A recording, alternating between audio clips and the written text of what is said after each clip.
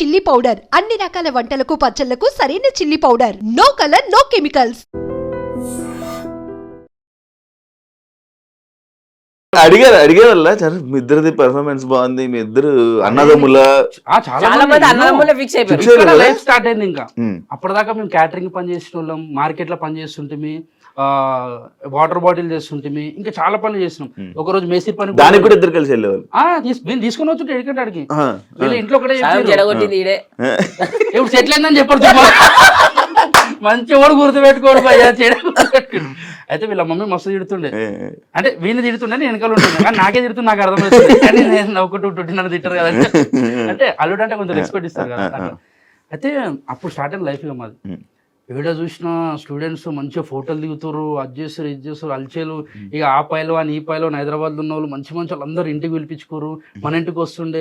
ఇక గల్లీలో ఏడా పోయినా కానీ అరే ఈ పోరాలు అంటే ఒక పేరు బ్రాండ్ తెచ్చుకోరు, బిందాస్ బ్రదర్స్, బిందాస్ అని చెప్పి.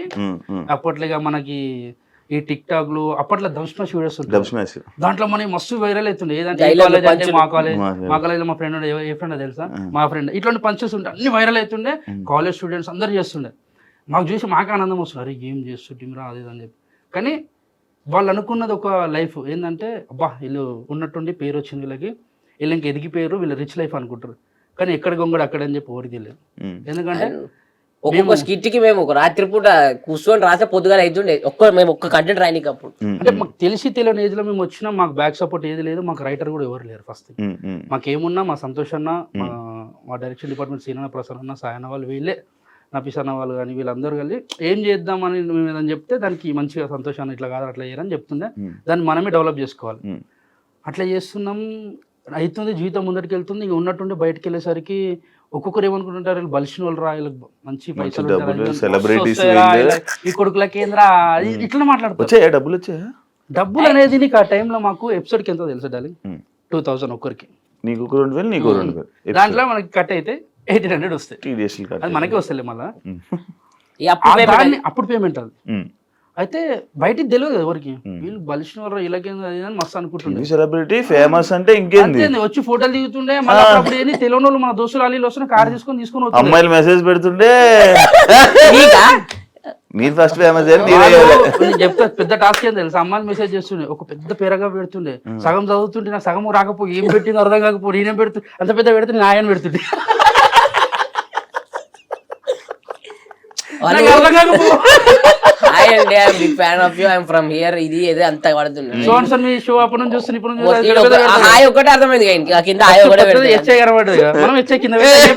మధ్యలో కాపీ పేస్ట్ అనుకుంటా.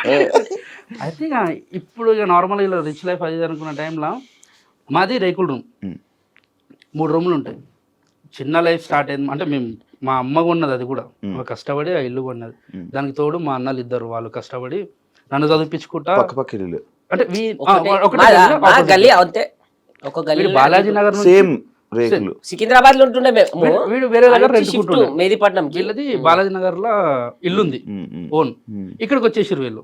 ఇక్కడ షాప్ పెట్టుకొని వీళ్ళు ఉన్నారు ఇక్కడ సెట్, అంటే వీళ్ళు సెటిల్ అయ్యారు. షాప్ మనది ఏంటంటే ఇక్కడ మా బాబాయ్ దగ్గరికి మా మమ్మీ పనికి వెళ్తుండే, మా అన్నది షాప్ బైక్ మెకానిక్ షాప్ లో పని చేస్తుండే, మా చిన్ననేమో కార్ డ్రైవింగ్. అట్లా ఓవర్ ఫీల్ వాళ్ళు ఉన్నారు, అంటే చేసుకుంటున్నారు చిన్నగా, చాలా చిన్నగా స్టార్ట్ చేస్తాం. అయితే ఇక మనది ఇప్పుడే నీతో తిరిగి ఇట్లా మనకు రేకుల రూమ్ ఉంటుండే, వాన పడితే నీళ్ళు ఇంట్లోకి వస్తుండే. అదంతా కథ చెప్పుకుంటే ఏంటంటే, అరే ఇంకెన్ని రోజులు రైవే చెప్పుకొని బతుకుతారని అనుకుంటారు, కానీ బతినోనికి తెలుసు ఆ ప్రాబ్లం ఏందో. ఎదుటికి ఏముంటుంది అంటే, ఎవరిని కష్టపడతలేదు, ఎవడైనా కష్టాలే పడతారు అంటే, ఎవరి కష్టం మనకే తెలుసు, నీ కష్టం నాకు తెలియదు, నా కష్టం నీకు తెలియదు. నా దృష్టిలో ఏంటంటే, ర్యాంకర్ షో అంటే వాడే తోపురా, వాడేది మంచి కార్లో తిడతారు, ఏసీ కార్లా, నలుగురు ఇంటర్వ్యూ చేస్తారు, డబ్బులు వస్తాయి, మంచిగా ఉంటుంది. ఎన్నో మాట్లాడుతున్నావు, కానీ నీకెన్ని బొక్కలు నీకెన్ని అప్పులు ఎవరికి తెలియదు. మాకు కూడా అంతే, ఎవరికి ఎన్ని అప్పులు ఉంటాయో తెలియదు, ఎవరికి ఏమైతే తెలియదు. కానీ ఎదుటి దృష్టిలో ఏంటంటే, సెలబ్రిటీ అంటే ఇది అనుకుంటారు. కానీ ఆడికి రావాలనేది మా వేడైతే అనుకుంటారు చూడు మన వాళ్ళు అందరూ, ఆడికి రావాలని చెప్పి ఈడి దాకా వచ్చినాము. అక్కడ స్టార్ట్ అయిన మా జర్నీ, రేకుల రూమ్ నుంచి ఒక 3 ఫ్లోర్ల బిల్డింగ్ అయింది, సపరేట్ పెంట్ హౌస్ అయింది నాకు. అంటే అంటే వాళ్ళు ఇచ్చిన ఆశీర్వాదమే, వాళ్ళు ఇచ్చిన ప్రేమని, వాళ్ళు ఇచ్చిన సపోర్ట్. ఒక 1.5 year 2 years అవుతుంది కట్టి. దానివల్ల మేము వీడి దాకా ఉన్నాం. వీడు ఒక మంచి కార్ తీసుకొని వీడు హ్యాపీగా ఉన్నాడు. వాడి క్వశ్చన్ కూడా నువ్వే చెప్పి ఆన్సర్లే. అంటే మళ్ళీ వాడు చెప్తే నా భయం అయితే ఏం చెప్పేసాడు.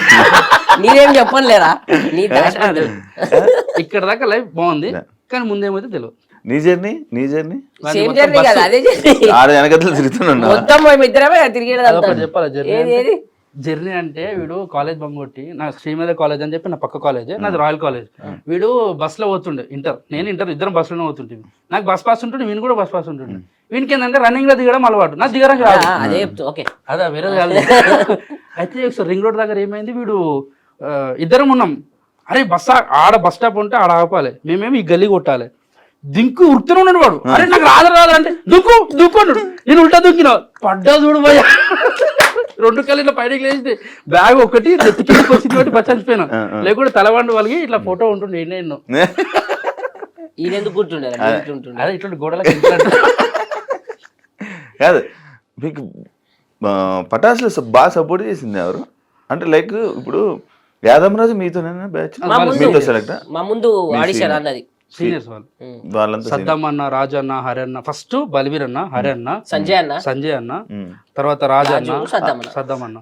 ఈ బల్వీర్ బ్రోది నేను విన్నది పాట కాదు మిమ్మల్ని తీసుకొచ్చింది ఆయనే అనుకున్నట్టు నేను విన్నాను అప్పట్లో. లేదు మాకు హరన్న, సంజయ్ అన్న ఒక రోజు పెట్రోల్ అంటే మాది వాళ్ళ బండిలో పెట్రోల్ అన్నపూర్ణ పెట్రోల్ అయిపోతుంది. జెన్యున్ చెప్తున్నా, బండి నొక్కుంటూ పోతారు ఇద్దరు. మేము అప్పుడు అన్నపూర్ణ గేట్ చుట్టూ తిరుగుతున్నారు టైం అంటే ఈ ఆడిషన్ ఎట్లా అవన్నీ తెలుసుకోవడానికి. కనబడ్డారు, వీళ్ళేంద్రా సెలబ్రిటీ అయిన బండి నొక్కుంటూ పోతారు అని చెప్పి ఇట్లనే చూసినాం. వాళ్ళు ఇట్లనే చూస్తారు. అన్నా నమస్తే అన్నా ఉరికినాం. అన్న ఏమైందని అంటే బండిలో పెట్రోల్ లేదంటే, అన్న బండిలో పెట్రోల్ తెచ్చేయాలన్న. మా బండిలో లేదు ఫస్ట్, అలా తెచ్చేయాలని చెప్పి పెద్దగా మేము అంటే లేదే తమ్ముడు అంటే సార్ నువ్వు కూడా టీడీపీ ఆఫీస్ ఆపోజిట్ లో మన మల్లెమల్ల ఉంటుంది. ఆడదాకా నువ్వుకుంటే మన్నెమ్మనే అన్న ఎట్లా రావాలన్నా దీనికి అదన్నా ఇదన్నా అన్ని అడుగుతుంటే ప్రతి ఒక్క దానికి ఓపికతో ఆన్సర్ చేసి మాకు నంబర్ ఇచ్చి ఈ టైంలో ఆడిషన్ ఉంటాయని చెప్పిందే హరన్న, సంజయ్ అన్న. వాళ్ళు చెప్పినందుకే ఈడున్నాం. హరన్న సంజయ్ సడన్ గా కనబడకుండా మాయమేమే ఆయన రైటింగ్ చేసుకుంటా కొన్ని షోలు చేసుకుంటా ఆయన ఇప్పుడు నెక్స్ట్ ఒక వెబ్ సిరీస్ కానీ మూవీస్ కి ప్లాన్ చేసుకుంటాం. ఓకే, మీరు మధ్యలో లైక్ షో ఆపేయడానికి దానికి రీజన్ సంతోష్ అంతా నిలిపారంట. అదే సంతోష్ అన్న రీజన్ కాదు కానీ అందరం అనుకొని వెళ్ళిపోయినాం. ఇప్పుడు మా హెడ్ ఆయననే మేము ఒక రోజు సంథింగ్ ఒక దగ్గరికి వెళ్ళినప్పుడు ఆ రోజు రిహార్సల్స్ ఉండే దానివల్ల క్లాషెస్ వచ్చి వెళ్ళిపోయినాం. ఎవరికి మా కాళ్ళకి ఏం పగలేవు, మా కాళ్ళతో ఏం పగలేవు. తర్వాత వచ్చినాం 1 year ఒక 8 months ఖాళీగా ఉన్నాం. దాని తర్వాత మళ్ళీ 8 months ఖాళీ 8 months సుఖాలు కనబడ్డాయి. మళ్ళీ మీరు ఇద్దరు ఎందుకు కలిపి చేయట్లేదు? ఇప్పుడు షో లేవు కదా. ఇప్పుడు నువ్వు ఇచ్చిన ఇంటర్వ్యూ అంటే స్టాండప్ లాగా అనుకుని వచ్చినాం అంటే ఇద్దరు పిలిచినట్టు ఇద్దరు వచ్చి నలుగురు వస్తారు. అప్పుడు స్కోప్ ఉండదు కదా. ఇప్పుడు జబర్దస్త్ టీమ్ ఇప్పుడు ఏ షో లేదు కదా మనకు.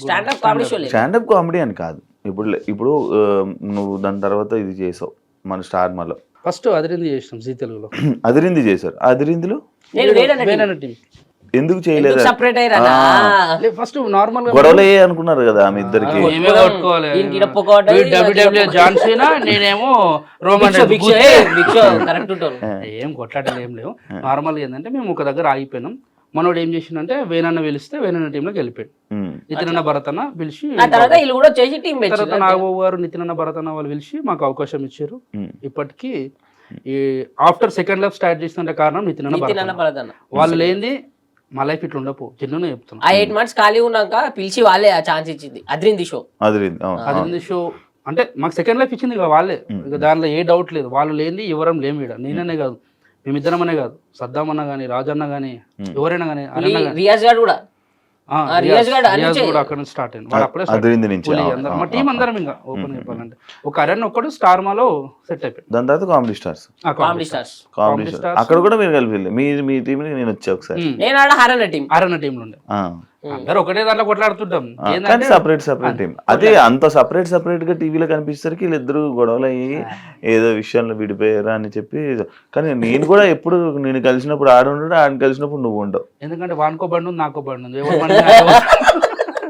ఇక ఇద్దరం ఒకటే దాకా తిరుగుతాం. మా కాకా నువ్వు మంచిగా వాడు సన్ సిటీలో ఉంటుంది. ఇప్పుడు నేను మెహదీపట్నంలో ఉంటా, గుడి మల్కాపూర్ కార్వన్. కలిసి రాలే పైకి కలిసి వచ్చినాక కిందకి వచ్చి ఇద్దరం వచ్చినామని చెప్పినామా లేదా? చూడగానే ఫస్ట్ ఫోన్ చేస్తావు, చూడగానే నిన్ను చూసి ఫస్ట్ ఫోన్ చేసుకుంటా మాట్లాడుతున్నా. ఈడున్న ఇడికి వచ్చేసి మనోడు వస్తలేడు, మనోడు జర యాటిట్యూడ్ చూపిస్తుండే అది అంటే ఏ అట్లా చూపిస్తుంది అని చెప్పి పైనకి వచ్చేసాం. వచ్చే వరకు నిజంగా చూపించేసాం మాకు స్టూడియో స్టూడియో.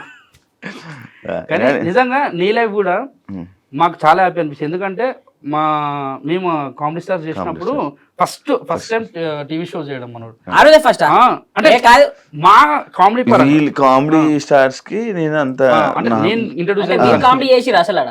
నేను చేసిన తర్వాత మనోడు పెద్ద పెద్ద కామెడీ చేసేసి లోబాన్నతో ఇంటర్వ్యూ ఆన్ కామెడీ స్టార్స్ లో షోలోనే మనోడు ఏం చేస్తాడు, మేము స్కిట్ అయిన తర్వాత మధ్యలో కొంచెం ఒక 5 minutes 6 minutes లో ఇంటర్వ్యూ ప్లాన్ చేసుకుని అప్పుడే లోబో బయటకు వచ్చాడు ఎలిమినేట్ అయ్యి. లోబన్న బయటకు వచ్చి అప్పటిదాకా నేను లోబన్నతోని లోబన్న నేను లోపల చేస్తుండే. మనం వచ్చి 2-3 కాంట్రవర్సీ క్వశ్చన్ అడుగుతాం. ఎట్లుంటే మన కాంట్రవర్సీ అంటే నంబర్ ఆఫ్ సెర్చ్ కొడితే మొత్తం గూగుల్లో కొడితే వేరే వస్తే తర్వాత నీ వస్తాయి. ఇది అప్పటికప్పుడు రాయమన్నారు. మంచిగా చేసిండు. కానీ అవే గుర్తొచ్చాయి నీకు అప్పటికప్పుడు రాయమంటే? కొన్ని 2-3 డైలాగులు గుర్తొచ్చాయి.